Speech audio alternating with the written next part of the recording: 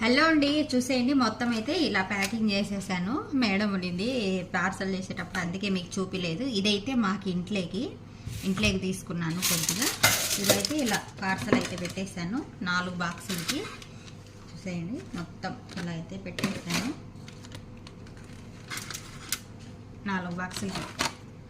ఒక నలుగురికి అన్నమాట. నలుగురు ఇళ్ళకు వాళ్ళ ఫ్రెండ్కి ఇచ్చి పంపిస్తుంది. ఎక్కువ క్వాంటిటీ చేశాను. చాలా హెల్తీ ఫుడ్ అండి. పాలకూరతో చేశాను. ఫుల్ రెసిపీ వీడియో కింద కూడా లింక్ ఇస్తాను. ఇంతకుముందు కూడా ఒక వీడియో పెట్టాను, మళ్ళీ వీడియో పెడుతున్నాను. పార్సల్ చేశాక వీడియో పెడుతున్నాను అనమాట. మొత్తం ఇలా ప్యాకింగ్ చేసి దీంట్లో నిమ్మకాయ పిండుకొని పైన ఆలివ్ ఆయిల్ వేసుకొని తింటారు. చాలా బాగుంటుంది. చలికాలమే ఎక్కువ తింటారు వీళ్ళు. ఈ రెసిపీ చాలా హెల్తీ ఫుడ్ అనమాట. థ్యాంక్ యూ ఫర్ వాచింగ్ అండి. ఎలా ఉంది? బాగుందా? ఈ వంట చేయాలంటే చాలా చేయి నొప్పి వస్తుంది, తిప్పుతూనే ఉండాలి.